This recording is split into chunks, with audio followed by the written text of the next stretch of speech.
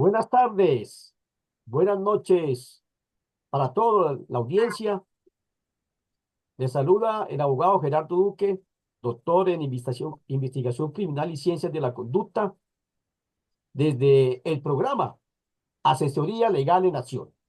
Y por supuesto, desde nuestro canal Universal TV Digital. Hoy estaremos compartiendo conocimiento en temas de suma importancia en lo que tiene que ver con el sistema penitenciario y la reinserción social desde México. Y nos acompaña, por supuesto, la maestra Karina Aguilar, a quien le cedo la voz para que ella misma haga su presentación, su experiencia en estos temas. Bienvenida, maestra Karina Aguilar. Muy bien, muchísimas gracias. Buenos días, buenas tardes, buenas noches a todos ustedes, amable audiencia. Bueno, pues me presento. Antes que nada quiero agradecer a Universal TV Digital, también a usted, un gran abrazo, maestro, sabe mi admiración y gran reconocimiento por todo lo que ha hecho en el ámbito jurídico. Y bueno, Gerardo Duque, estoy muy bien acompañada el día de hoy, muy gustosa por estar aquí presente en esta charla que tendremos jurídica en base a este tema tan interesante y tan importante. Bueno, pues yo soy la maestra Karina, soy licenciada en Derecho, soy maestra en Derecho Penal y bueno, pues también tengo algunos doctorados honoris causa y de ahí, bueno, un sinfín de preparación en la cual, pues bueno, he desarrollado este ámbito y esta profesión tan bella que es el derecho. Sin más preámbulo, pues bueno, quisiéramos dar inicio a este gran programa que espero tenga la finalidad de ser empático en el tema que vamos a tratar el día de hoy. Y bueno, agradeciendo muchísimo, vuelvo a lo mismo. Bueno, pues en cuanto a lo que es mi persona, bueno, tardaría un poquito en decirlo, pero bueno, creo que ya algunas personas de su amable audiencia me conocen y bueno, pues espero también continuemos trabajando muy bien en estas sinergias. Muchísimas gracias. Perfecto, maestra Karina. Ese tema que hoy nos reúne en este escenario internacional. Sabemos la situación que se presenta a nivel latinoamericano sobre el tema de lo que tiene que ver con las cárceles y la reinserción social. En tal sentido, quisiéramos que nos diéramos un momento para que reflexiones sobre cuál es el panorama actualmente que vive México en esta situación de las cárceles y la reinserción social. Muy bien, bueno, pues comenzando con todo esto, lo primordial, pues bueno, es un tema bastante, vuelvo a repetir, tener un poco de empatía. Digo, finalmente tenemos que entender que no es una cuestión que se pueda hablar así a extender, a sanitizar ciertas palabras. En base a ellos, bueno, lo primordial me voy a dirigir bastante a estas personas, como los PPLs, que lo primero que tenemos que saber que es un PPL, es una persona privada de su libertad. Entonces me voy a dirigir a este tipo de personas que se encuentran en reclusión de esta manera. Bien, entonces, bueno, lo primordial aquí en lo que es mi país, México, creo yo, y creo que en todos, pero bueno, es difícil el tema, más sin embargo voy a tratar de desarrollarlo de esta manera. Es una de las circunstancias más difíciles por la situación del Estado, ¿verdad? Si bien es cierto, el Estado es quien condena a estas personas por un hecho delictivo, y bueno, hay personas que pueden estar ahí 5, 10, 15, 20 años más. Más sin embargo, bueno, pues realmente lo que vamos enfocado pues es a tratar de hablar de estas personas ya dentro de la reclusión. Y bueno, para esto hay un programa específico, el cual se desarrolla en todo esto, que bueno, que es la reinserción social, ¿no? Es la obligación que tiene el Estado de garantizar los individuos privados de su libertad. Como bien es cierto, pues bueno, ya lo reiteré anteriormente, que bueno, nos vamos a dirigir a ellos como PPLs, que son personas privadas de su libertad. Y bueno, hay mecanismos que permiten reintegrarse a la sociedad mediante el trabajo, la capacitación, la educación, la salud y el deporte, que si bien es cierto, son los 5 ejes que manejamos nosotros para una buena reinserción social de este tipo de personas que están privadas de su libertad, más sin embargo, creo yo que es insuficiente. siempre he tratado de decir que, bueno, para todo este desarrollo necesito un mecanismo todavía más amplio, más sin embargo, es el que se encuentra hoy en día en nuestro sistema en México. Que bueno, igualmente tú sabes que el informe que hay de derechos humanos frente a lo que tiene que ver con las cárceles a nivel internacional, pues hay un problema que es generalizado, que es el hacinamiento carcelario, lo cual hace parte de las múltiples violaciones de derechos humanos que afectan a las personas privadas de la libertad, como tú dices, a la PPL. Y por supuesto, la no garantía de estos derechos se materializa en un discurso punitivo, que lejos de promover una resocialización, una adaptación nuevamente a la sociedad, flagela de la dignidad humana. En este sentido, ¿qué nos podrías tú manifestar? ¿Cuál es el estado actual de las cárceles en México? Bien, pues bueno, regularmente yo lo que hago, y es muy claro esta parte, pues yo soy abogado, el cual sí está acostumbrado a visitar a las personas que tenemos en locutorios, que es donde podemos pasar a platicar con ellos. Y bueno, si bien es cierto, es en cuanto a lo que usted dice, el hacinamiento, pues las cárceles están totalmente, solamente existe para cierto tipo de personas. Ejemplo, ¿a qué me refiero con cierto tipo de personas? Pues bueno, que en algunos lugares, en algunas cárceles de todo mi país, pues bueno, en sí el hacinamiento es uno de los problemas más grandes. Si bien es cierto, ellos se encuentran aquí en un lugar pequeño en el cual está asignado para mínimo 6 personas, 7 personas, pero desafortunadamente en un lugar de ellos hay hasta 22 personas, en las cuales, pues bueno, obviamente, y es claro que el hacinamiento es un gran problema, y la parte crítica en cuanto a los derechos humanos, pues queda mucho, todavía tenemos mucho que trabajar con ellos, ¿no? Primordialmente porque pues hay algunas personas en las cuales pues se encuentran durmiendo amarradas, porque esa es una de las partes que ellos le llaman de vampiro, por decir, se amarran lo que es sus pies y sus manos para poder dormir o descansar. Entonces, esto es algo bastante crítico, en lo cual, pues bueno, vuelvo a repetir, si está hecha este lugar, módulo para 6 personas, pues resulta que hay 22. Yo quisiera que ustedes entendieran en cuanto en estos tiempos de calor, pues quiero imaginar la situación que se vive dentro de estos centros penitenciarios.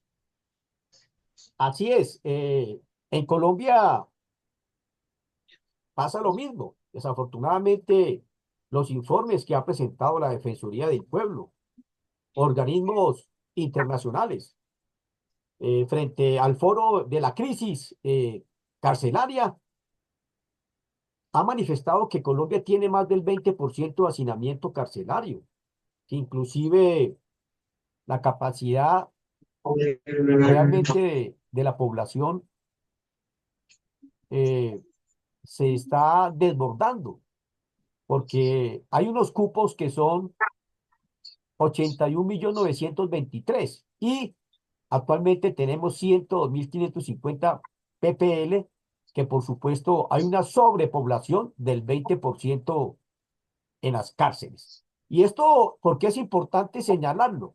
Porque inclusive acá hay la costumbre de que las personas privadas de la libertad las llevan a las estaciones de policía o las unidades de reacción inmediata, que son lugares que no están dispuestos y condicionados con las mismas normas y protocolos internacionales para la estadía provisional de estas personas PPE. En el caso de México, cuéntanos cómo es el procedimiento de una persona que es condenada. ¿A dónde la llevan? Inicialmente, ¿a dónde la llevan para que esté privada de la libertad? Muy bien, doctor Duque. Bueno, pues aquí realmente lo llevan a lo que es la fiscalía.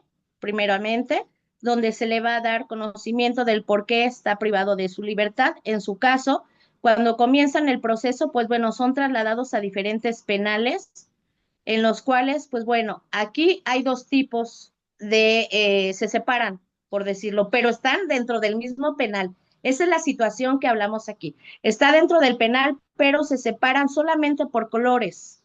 Las personas que están llevando un proceso penal que aún no han sido sentenciadas, ellas visten de color azul, y las personas que ya son sentenciadas, que ya tienen una sentencia, que ya llevaron un proceso penal acusatorio, que es el que se maneja en México, y que ya están sentenciadas, ellos van a tener la vestimenta de color beige. Entonces, si bien es cierto, volvemos a lo mismo, desafortunadamente, ahorita con alguna situación que a lo mejor más adelante hablaremos, que es la de la prisión preventiva, pues realmente todos ahorita en este momento, pues están siendo privados de su libertad, que es lo que estamos nosotros como defensores, pues en contra de esta situación, ¿no? Porque todos ya, sí, es prisión, entonces todos van a pasar a este módulo que es en el que, vuelvo a repetir, están dentro del mismo penal, pero la única diferencia es que van a vestir de color azul las personas que están procesadas, que están esperando su proceso o que están llevando sus etapas, que es la inicial, la intermedia y la de juicio, y posteriormente de esa viene una sentencia después de la de juicio, y bueno, pues ya ahí comienza la realidad, y la realidad es que ahí pues solamente van a saber ellos mismos que, bueno, pueden estar 10, 20 años, 5 años, 8 años, dependiendo la pena que tengan. Más sin embargo, la única diferencia que existe ahí, pues es la vestimenta.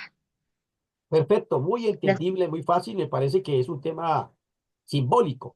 Y por supuesto que la prisión preventiva es un fenómeno que ocurre en Latinoamérica. Por eso es que la Comisión Interamericana de Derechos Humanos frente a eso se ha pronunciado en muchas ocasiones y ha instado a los estados para que realmente se aplique la privación de la libertad como última ratio, como última razón del derecho penal. Es así que en Colombia sucede lo mismo. En Colombia las audiencias preliminares, lo primero que la Fiscalía, caso colombiano, allá creo que es el Ministerio Público, lo que solicita es una medida de privación de la libertad. Eso es al inicio del juicio, cuando, cuando realmente la Corte Interamericana ha manifestado que eso va en contra de la dignidad humana porque es en la etapa de juicio, cuando ya se han evacuado todas las pruebas, que una persona puede resultar condenada y, por supuesto, de acuerdo al delito, caso colombiano, generalmente delitos superiores a 4 años, se debe solicitar medida de aseguramiento en centro carcelario. Pero, por supuesto que se ha hecho costumbre o ha hecho carrera frente a lo que tiene que ver con la privación de la libertad, que los jueces de control de garantías, porque es aquí en Colombia que está la figura del juez de control de garantías, donde en las primeras audiencias la fiscalía solicita la legalización de captura, hace la imputación y por último solicita una medida de aseguramiento. Y generalmente, un 80% considero yo que a las personas se privan de la libertad antes de que realmente tengan un juicio rodeado de todas las garantías procesales, el derecho a la defensa, la contradicción, y por supuesto que en este caso se violan muchos derechos humanos. Entonces la pregunta es, ¿cómo crees tú que podemos evitar que en las audiencias preliminares se aplique la prisión preventiva? Bueno, pues realmente esta parte yo considero que tiene que ver mucho con el juzgador, como bien es cierto. Digo, hay delitos que obviamente tienen que ser este, pues perseguido, no decir por oficio, pero también hay otros en los cuales, pues realmente el hecho de que lleguen allá, si usted viera, lastimosamente he visitado algunos penales donde creo yo que parece ser que están en un tipo de escuela juvenil, porque realmente la mayoría de los chicos que están ahí, pues son muy jóvenes, ¿no? La mayoría obviamente pasan de los 18 porque bueno, si no estaríamos hablando de otro tipo de situación, ¿no? Como niñas, niños y adolescentes, pero en este caso pues estamos hablando de adultos, nada más en este módulo, ¿no? Entonces, ¿qué pasa con estos jóvenes? Pues la mayoría de ellos oscilan entre los 18, entre los 20, y bueno, pues el gran hacinamiento y realmente es totalmente cuando yo visito estos locutorios veo a tanto joven, ¿verdad? Que está ahí dentro por robo simple, por situaciones que realmente no concuerda esta situación, que a lo mejor posiblemente se pudieran rehabilitar fuera de, ¿no? La mayoría son por robo simple y demás. Y bueno, ya están dentro de un sistema penitenciario. Es increíble la edad que ellos tienen, ¿no? Y no nada más ver cuánta gente observo yo, sino que son demasiado jóvenes, ¿no? Entonces da bastante tristeza que todos estos chicos estén en este momento procesados por esta situación.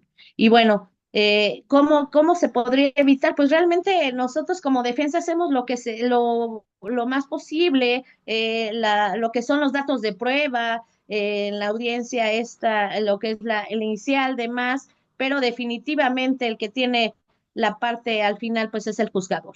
Y realmente cuando ya te lo procesan, pues bueno, definitivamente esto ha llevado a todo este hacinamiento que creo yo, en la cual pues se puede llevar afuera alguna situación en la cual ellos puedan reintegrarse o pagar el daño de más, ¿no? Llegar a acuerdos, más sin embargo, no, se tiene que hacer de esta manera y bueno, pues tristemente vemos aquí la situación y la situación es que adentro todavía es mucho más grave que el hecho de haber corregido el delito afuera, ¿no? Efectivamente, es importante señalar que generalmente las personas conocen lo que tiene que ver con el proceso penal en la investigación y juzgamiento, pero se olvidan de la etapa de ejecución, o sea, la ejecución de la pena, que Claro, es donde realmente los centros penitenciarios, el caso de Colombia, el INPET, que es que la entidad que está llamada a prestar lo que tiene que ver con los servicios administrativos de las personas condenadas y el juez de ejecución y penas y medidas de seguridad del caso colombiano es que vigila esa etapa, si podemos decir, final, donde también hay unos derechos que ellos tienen, como es el derecho a la salud, el derecho a tener una visita conyugal, el derecho a unos permisos de acuerdo a su comportamiento y por supuesto, me imagino que en el caso de Venezuela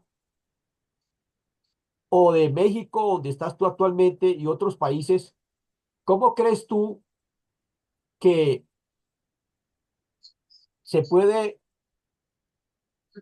otorgar a las personas privadas de la libertad, los PPL, esos beneficios administrativos que ellos tienen en esa fase de ejecución?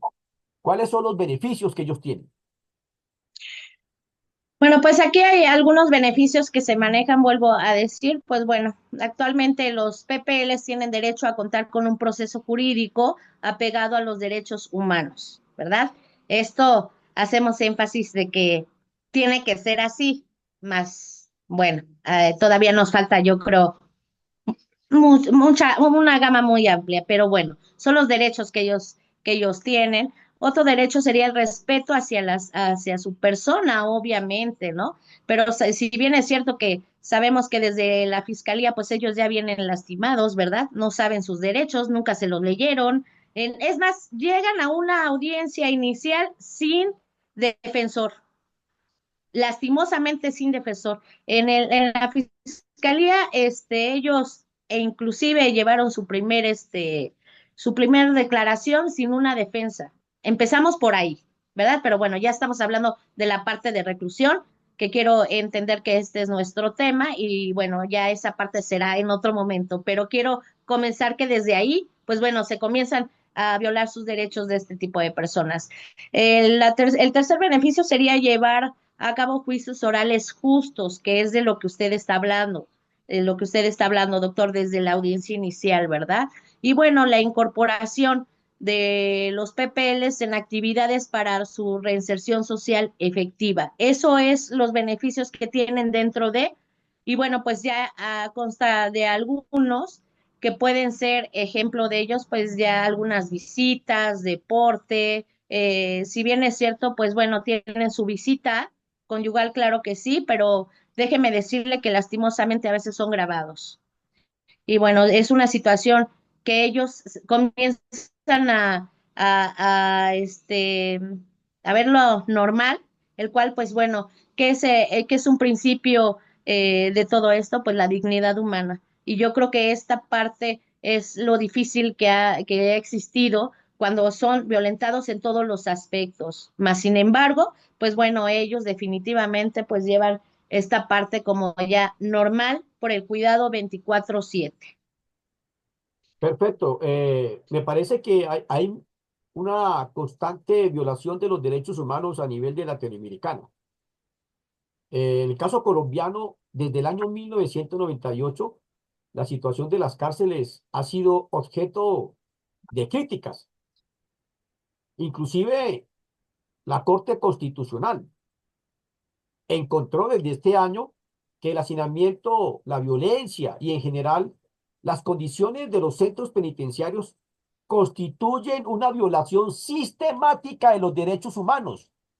Por eso es que el caso colombiano, la Corte ha declarado al Estado colombiano de cosas inconstitucionales, porque desafortunadamente las malas condiciones de los reclusos, frecuentemente los casos en los que mantiene la falta de control del Estado, pero apoderado de sí de organizaciones criminales, que son lo que constantemente se está observando en Colombia. O sea, un estado de cosas inconstitucionales, el incumplimiento a todo lo que tiene que ver con los derechos de los condenados. El caso de México, ¿cómo es la situación actualmente? Bueno, vamos a comenzar ahí diciendo lo siguiente. Actualmente, si bien es cierto, muchas veces me han preguntado que si soy defensora, ¿no? Realmente yo quiero aclararlo primero.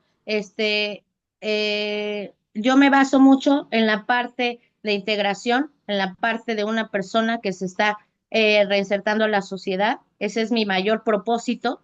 El hecho de concientizar a una persona de un delito cometido grave, pues es muy difícil, es bastante difícil, pero si bien es cierto, al momento del ingreso, pues también el impacto de saber que estás en un centro penitenciario, que temes por tu vida dentro de que todo lo que tú utilices, porque aparte de nuestra ley y toda la situación que nosotros conlleva a que ellos estén dentro de un centro de reclusión, también existen sus normas que ellos mismos tienen, ¿verdad? El hecho de decir, aquí no puedes pasar por este lugar, aquí tienes que pagar por hacer esto y si no tienes para pagar, pues entonces tendrás que trabajar para mí.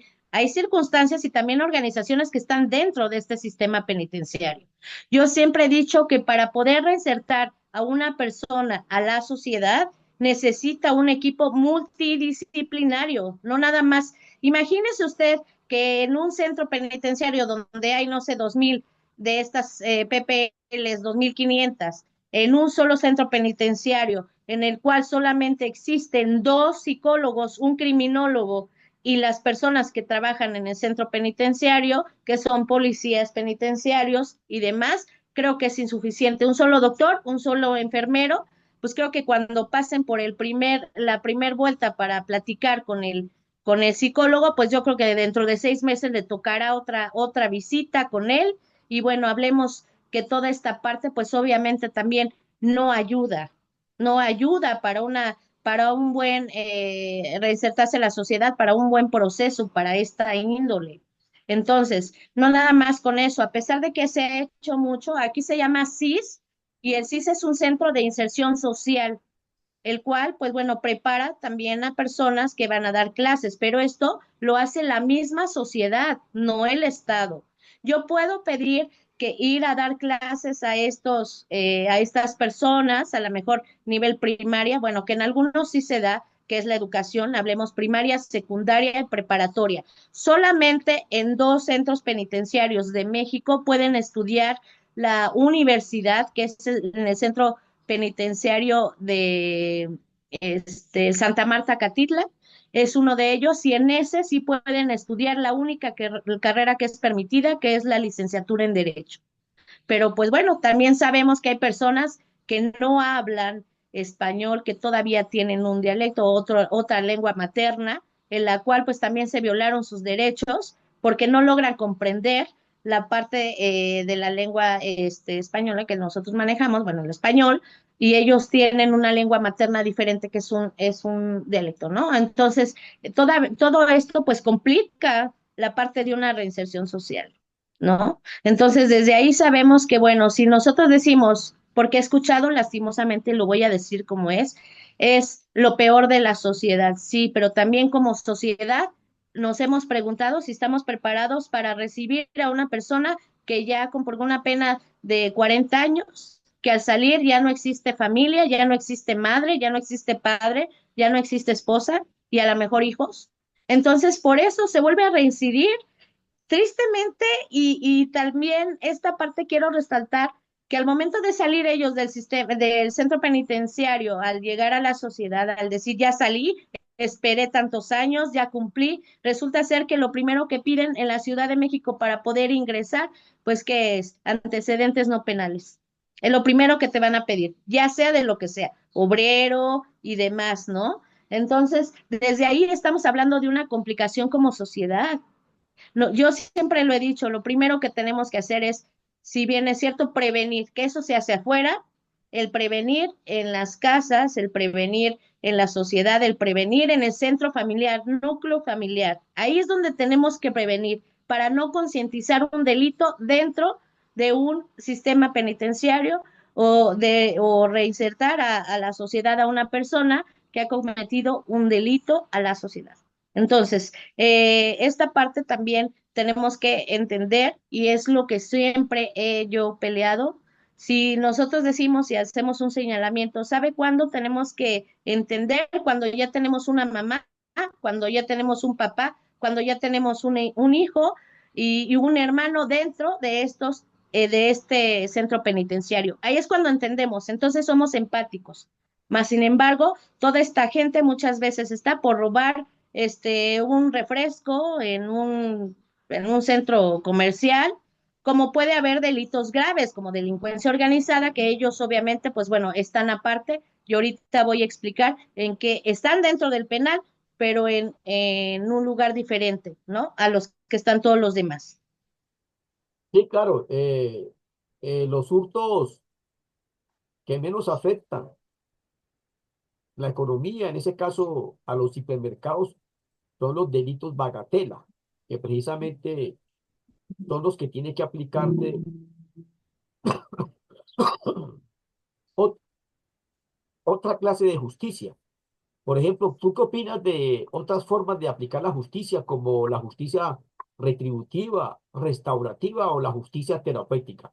¿Qué opinión le merece esos conceptos? Bueno, pues realmente aquí ojalá y hubiese ese tipo de distinciones o de diferente forma, ¿no? Aquí lo manejamos de una forma diferente, en la cual, pues bueno, tengo que ser clara, por ejemplo, en la división en la cual ellos se encuentran, y bueno, a lo mejor usted puede entender donde, ojalá y sea así, pero en realidad, pues bueno, aquí quiero que entiendan que todo tipo de persona que tiene un ingreso a un centro penitenciario, pues todos van al mismo lugar, ¿no? Entonces, pero bueno, por ejemplo, aquí quisiera resaltar esta parte Por ejemplo, los de mínima seguridad son los PPLs que delinquen por primera vez y que no están sujetos al crimen organizado. A esto se le llama primo delincuentes. Esta es una de las separaciones. La segunda, pues bueno, sería mediana seguridad, que son PPLs con pena de prisión mayor a 5 años y que normalmente reinciden en su conducta delincuencial, ¿verdad? Y bueno, los que yo hablaba, que son estos, los de máxima seguridad, que son los PPLs ligados a grupos de crímenes organizados y que normalmente adecúan su vida al crimen organizado. Este tipo de personas, pues bueno, están totalmente separadas de.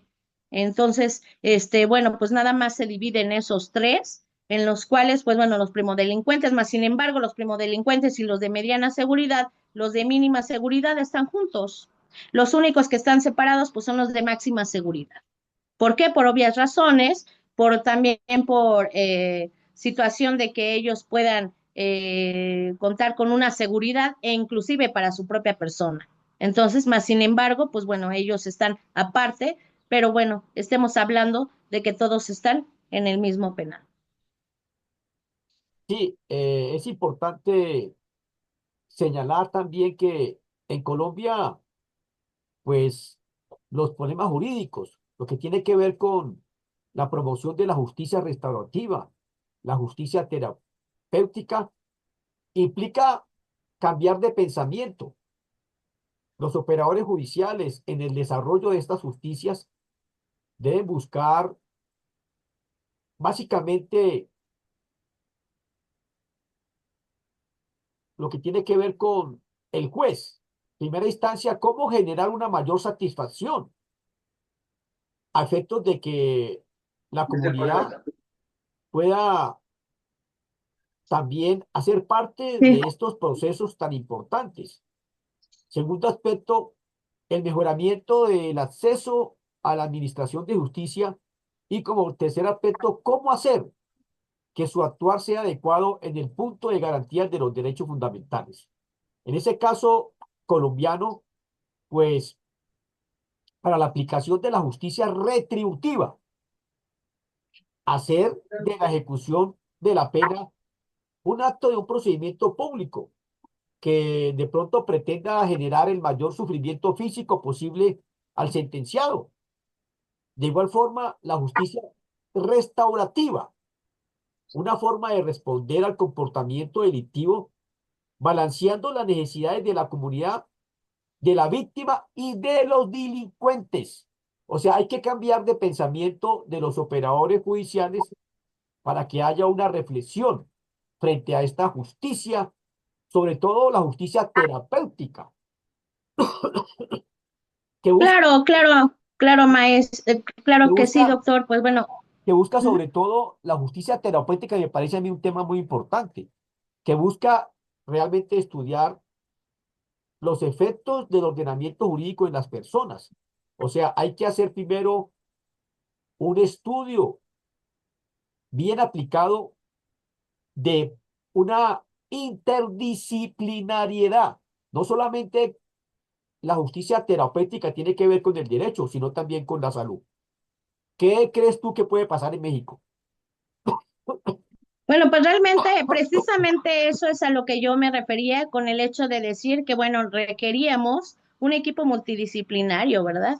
Un estudio increíble de cada persona. Si bien hacemos un estudio general, pues sabemos que son personas que el delito, pues, e inclusive al momento de platicar con ellos y demás, el delito lo ven como un trabajo. Desde ahí, imagínense, ¿no? Es que el hecho de salir a robar, bueno, hablando de otro tipo de delitos como es el robo, pues bueno, es que el salir a robar, pues era mi trabajo, ¿no? Entonces, ¿qué pasa con el delito? Pues obviamente, en este caso, en este tipo de familias que no son funcionales, que están acostumbradas ya a llevar un tipo de delito, normalizar este tipo de conducta, ¿verdad? Y desde ahí decir, bueno, pues es que mi papá era secuestrador y yo soy ratero y yo robé y yo, cometí homicidio, ¿no? Porque, bueno, era sicario, digo, son palabras duras que yo manejo y que las hablo como son, porque realmente soy quien está cerca de una persona que está privada de su libertad, que platica con ellos, que quiere enterarse y saber del por qué la situación es así. Bueno, pues sabemos que hay un seno familiar disfuncional y que ellos, el delito, obviamente, lo normalizan. Es su modus vivendi de estas familias. Entonces, cuando llegan a este lugar, ¿cómo queremos, si son personas o jóvenes que vivieron 18 años, 30 años en un seno familiar de esta manera? Pues obviamente va a ser muy difícil, por eso tenemos que tener lo que usted bien decía, un criminólogo que esté desarrollando esta parte, pero también alguien más que vea más allá de esta situación. Un criminólogo no puede descifrar ni tratar de reintegrar a la sociedad la psiquis que ellos traen como un trabajo, como normalizar un delito, como verlo algo normal cotidiano, ¿verdad? Y de repente el hecho de concientizarlo en una reinserción social, la conducta negativa que él tuvo, pues obviamente va a ser muy complicado. Muy complicado. Entonces, bueno, y al momento de agarrar masas de expedientes de este tamaño o de este tamaño, o ya ni me alcanzan las manos, y ver todos un solo día al mes, pues no creo que haya una reinserción. Por eso se trata de que aquí en México, pues bueno, sea a nivel global, que en definitiva, pues esta parte no nos va a ayudar mucho. Y Definitivo, ¿no? me parece muy importante lo que tú dices, lo que tiene que ver con las prácticas restaurativas. Por ejemplo, la mediación. Buscar una persona que sea experta en estos procesos de mediación para darle solución a un conflicto, sobre todo en lo que tiene que ver con los delitos menores o los delitos bagatela. Por otra parte, también lo que tiene que ver las conferencias con las familias, con la comunidad. Me parece que Ahí vamos. esas reuniones son muy importantes porque busca primero programas de voluntariado, que personas que quieran hacer parte de estos programas que tienen que ver con respeto a los derechos humanos y sobre todo humanizar las penas, que considero que debe ser también una política pública por parte del Estado. Caso de México, ¿qué nos puede contar sobre estas prácticas de restaurativas que Muy se pueden bien. presentar? Muy bien, doctor. Pues bueno, vamos allá. Qué bueno que vamos en el mismo canal, diría yo. Vamos por ahí. Bueno, lo primordial, pues bueno, también saber que la victimología, pues obviamente víctima indirecta, familia. Familia, porque a lo mejor adentro nuestros PPLs están preocupados por el qué pasará, cómo va mi situación, pero bueno, mientras tanto ellos tienen comida, desayuno, cena, en fin, ¿no? A lo mejor no muy bueno, pero pues bueno, lo tienen. ¿Dónde dormir? Pues ya vimos que a veces les tocará parados y a veces les tocará en el piso y a veces en las camitas estas o colchonetas que le llaman ahí, ¿no? Entonces, pero también algo muy grave, pues es la familia, ¿no? Que es la víctima indirecta, quien tiene que pagar los honorarios de un abogado, ¿verdad? Y no nada más uno, porque desafortunadamente también he de ser notorio que realmente y hacer conciencia de que quien lleva este tipo de asuntos es un abogado o un licenciado que tenga la experticia en derecho penal. ¿Verdad? Si bien es cierto, nosotros, pues el primo del primo, pero resulta que él era licenciado no, no sé, en agrario, en otro tipo de experticia, y resulta ser que ellos son el primer contacto, y la situación se agrava desde ahí, ¿verdad? Desde ahí se agrava. Entonces, ¿qué pasa con este tipo de licenciados? Yo te voy a cobrar, supongamos, 5,000 pesos por ir a ver el asunto, cuando realmente, bueno, pues una cantidad en la cual a lo mejor la tienen en ese momento porque quieren saber desde la fiscalía llevarse a su familiar, pero resulta ser que pues no es un expertito en la materia, ¿verdad? Entonces él nada más va a ir a ver y bueno, medio les va a decir, medio les va a informar, y cuando ya pasa un proceso de verdad, le va a decir que cree que va a tener que conseguir otro abogado que tenga ya que ver allá arriba ese asunto, porque aquí no se pudo arreglar. Tristemente es que no se pueda arreglar, es que no sabía el proceso desde un principio. Esa es una parte para la familia indirecta. La segunda, el viacrucis que pasan cuando van a llevar comida, cuando van a llevar algunas pertenencias para PPLs, demás, y a veces hasta les dejan poquito dinero por lo poco que se queda, se roban, ¿no? Dentro de, o lo reparten, porque esta es la otra parte. Entonces, bueno, para terminar con esta situación, la víctima indirecta, que es la familia, pues también lleva un proceso bastante triste, delicado, moroso en cuanto a dinero, en cuanto ya vio un abogado, ya vio otro, ya vio un tercero, ya hasta el cuarto quedó con el bueno y medio le explica y le dice, pues, ¿qué cree? Hay que hacer ciertas cuestiones, ¿no? Entonces, bueno, pues sí es algo triste para ellos. Y bueno, ya por último, ¿cómo realizamos este tipo de cuestiones? Bueno, pues el tipo de cuestiones que se realiza es se invita o algunas personas que están en derechos humanos externos, pues bueno, van a dar pláticas en cuanto a lo que es el cristianismo, el catolicismo, varias de estas cuestiones. También hay personas que van a cortarles el cabello, pero todo esto es en base a las organizaciones que tienen fuera de, que no son del Estado, que ellos por voluntariado lo hacen, que van a dar sus pláticas, doble A, personas también que son adictas a alguna sustancia, y toda esta parte es la que se maneja, pero es por voluntariado. Y para hacer un ingreso al sistema penitenciario para esta índole, créame que es bastante difícil. Son tres, cuatro oficios para poder ser aceptado de alguna asociación externa. Efectivamente, tal como tú lo señalas, la familia es fundamental porque son víctimas indirectas porque van a sufrir el tiempo que la persona va a estar privada de la libertad, su situación económica, su situación de unidad familiar, la integración de la familia como núcleo esencial de la sociedad, pues por supuesto que se va a ir afectada. Es así que por eso me parece muy importante que garantizar la seguridad y la dignidad de las personas que están privadas de la libertad son de suma importancia. Y hay que cambiar, hay que tratar de cambiar del discurso que oriente a los centros de reclusión a adaptar todos los mecanismos tendientes a garantizar lo que tiene que ver con los derechos fundamentales, de los derechos humanos de los PPL. En ese caso, Y el primordial, la en ese, dignidad humana, que en eso nos ese rige a caso, todos. en ese caso, ¿qué recomendaciones podías tú como dar a los centros carcelarios, a la fase de ejecución? Pues bueno, realmente sería mucho pedir, pero yo creo yo que primero deben de integrar en este tipo de ejecución, porque ya es una ejecución cuando están dentro, la parte de los derechos humanos.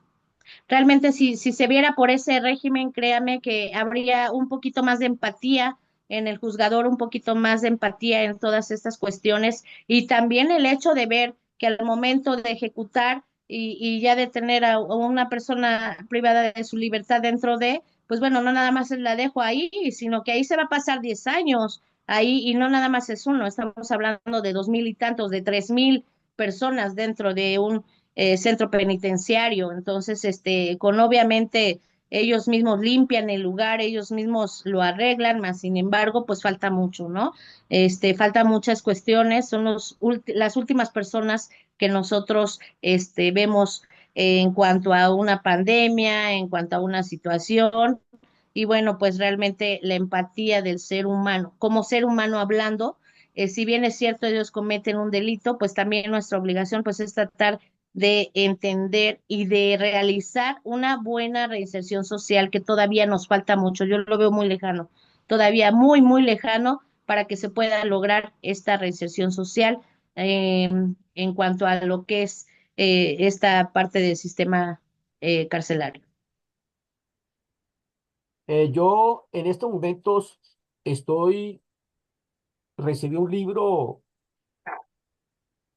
de un colega suyo de México.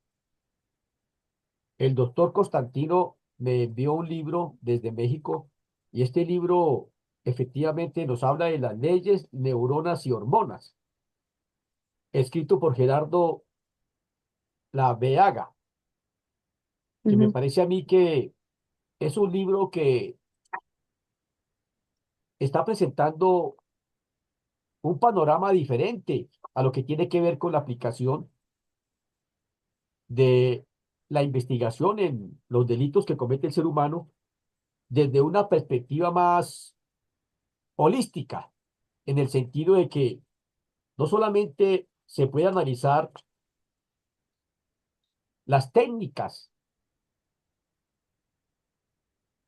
forenses solamente con leyes, se requiere también a esto darle una connotación de suma importancia, que es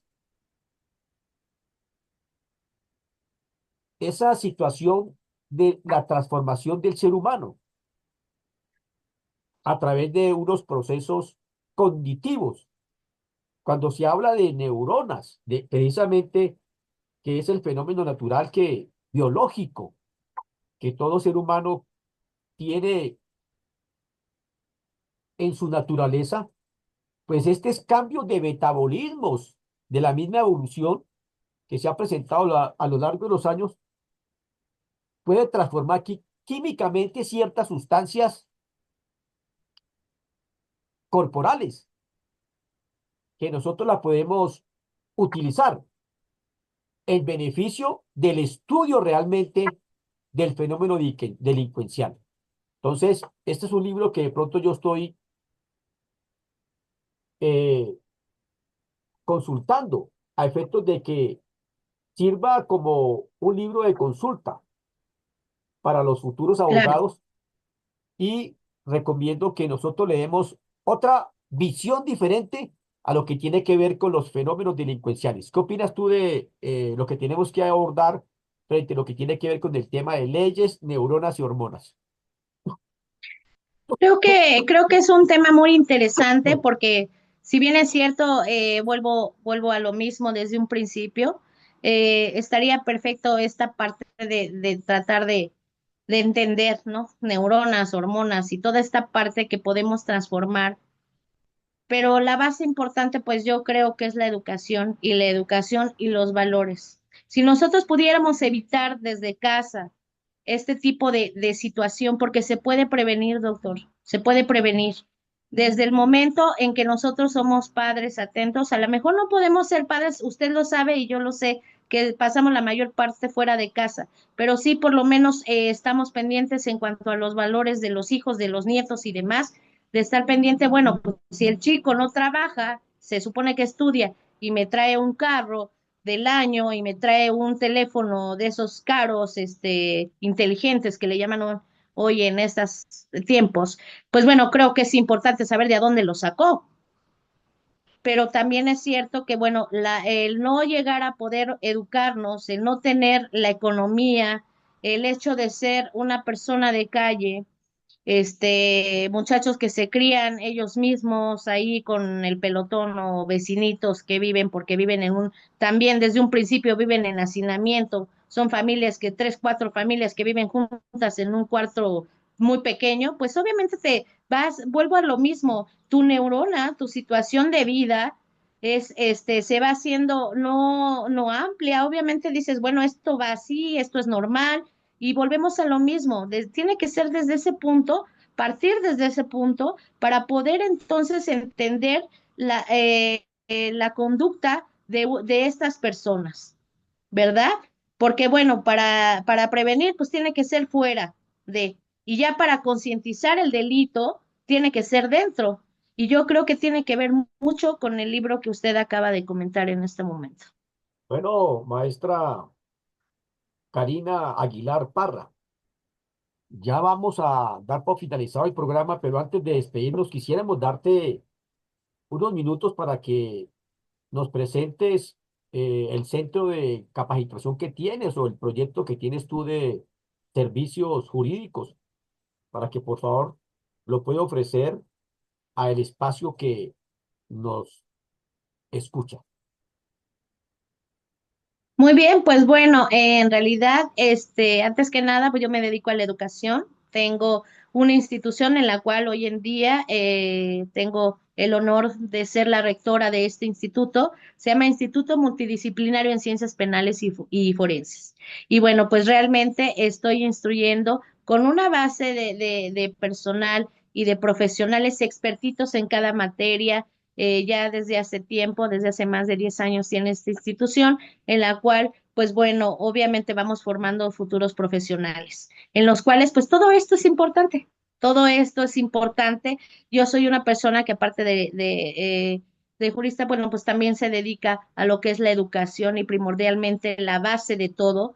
Creo yo que el hecho de haber llegado donde estoy me ha costado mucho trabajo, no ha sido fácil, me he enfrentado a muchas situaciones y más sin embargo el reconocimiento que tengo ante varias instituciones, organizaciones internacionales y demás, pues lo agradezco muchísimo porque bueno, pues me ha demostrado que podemos llegar a lugares en los cuales, pues bueno, a lo mejor anteriormente fue un sueño, pero o sea, se ha trabajado mucho y podemos hacer mucho por nuestro país, por nuestra juventud, por la educación. Y bueno, aparte de todo, pues tenemos también este despacho, el cual, pues bueno, se dedica a toda la parte de lo que son los jóvenes. Entonces, pues bueno, jóvenes, tenemos especialistas en la parte jurídica, en la cual podemos atender todo y estas cuestiones legales con expertitos, que bueno, pues también lleva por el mismo nombre, el mismo escudo que son instituto. Esta se llama firma y en la cual, pues bueno, la firma se encuentra como multidisciplinaria en ciencias penales y forenses. Y bueno, pues realmente agradecer esta oportunidad para poder platicar. Es un tema muy amplio, es un tema que nos faltó tiempo, ojalá y después regresemos, ¿verdad? Con este gran programa de asesoría legal en acción, con usted, doctor Duque, a lo mejor más adelante con otro tema, porque también lo único que quiero resaltar, pues son las mujeres que están en un centro penitenciario, y bueno, ese sería otro tema diferente y todavía más complejo que el que tratamos el día de hoy. Bueno, de todas maneras, muy amable, maestra Karina Aguilar Parra, por acompañarnos en Asesoría Legal en Acción por nuestro canal Universal TV Digital. Con este tema que, por supuesto, resulta de suma importancia, lo que tiene que ver con el sistema penitenciario y lo que tiene que ver con la reinserción social de los PPL, que es un fenómeno que en Latinoamérica se está sintiendo mucho. De igual forma, eh, manifestarte que estás invitada a la primera cumbre internacional de la abogacía colombiana, que tendrá lugar el 19 y 20 de junio de este año, allá en la hermosa ciudad de Cartagena. Entonces, para que nos acompañes, para que recibas un doctorado honoris causa que te lo mereces por lo que tú has dicho, por toda tu trayectoria a nivel profesional y sobre todo en lo que tiene que ver con compartir el conocimiento a través de tu instituto. Para nosotros ha sido un honor tenerte en este programa internacional de asesoría legal en acción y por supuesto más adelante tendremos la oportunidad de invitarte para que sigamos compartiendo conocimiento. Te doy la última oportunidad para que te despidas. Bueno, pues muchísimas gracias a su amable audiencia. Deseo lo mejor en este tiempo. Y bueno, pues realmente lo único que yo digo es seguir estudiando, preparando y motivando a todos nuestros jóvenes a que a pesar de la marea, ellos continúen preparándose porque bueno, esta es la magia de un mundo real, pero también el cual ellos pues, pueden rescatar. ¿Verdad? Eso es lo primero. Agradezco a Universal TV Digital Internacional. Agradezco, doctor Gerardo Duque, sabe mi admiración por usted. Muchísimas gracias. Claro que estaré por ahí en Colombia, muy agradecida por esto que acaba de usted de decirme en este gran programa. Y bueno, estaremos por ahí viéndonos pronto, próximamente en persona. Muchísimas gracias a todos ustedes y bueno, pues estaremos muy pronto por ahí. Muchas gracias. Bueno, entonces ya se despide el abogado Gerardo Duque doctor en ciencias penales y ciencias de la conducta. Igualmente, me capacité allá en el Universitario Socrático, que queda en México, y por supuesto, ha sido un placer tenerte aquí, mi estimada maestra Karina Aguilar Parra, en Asesoría Legal en Acción, y mucha salud desde nuestro director Ricardo García, quien está pendiente de este programa, y esperamos tener una próxima oportunidad donde podamos compartir temas tan importantes como el que el día de hoy se discutió. Para todos, una feliz tarde, una feliz noche. Siempre estaremos aquí a partir de las 18 horas o las 20 horas en otros países, llevando conocimiento a través de este servicio de asesoría legal en la acción. Para todos, feliz noche y muy amable.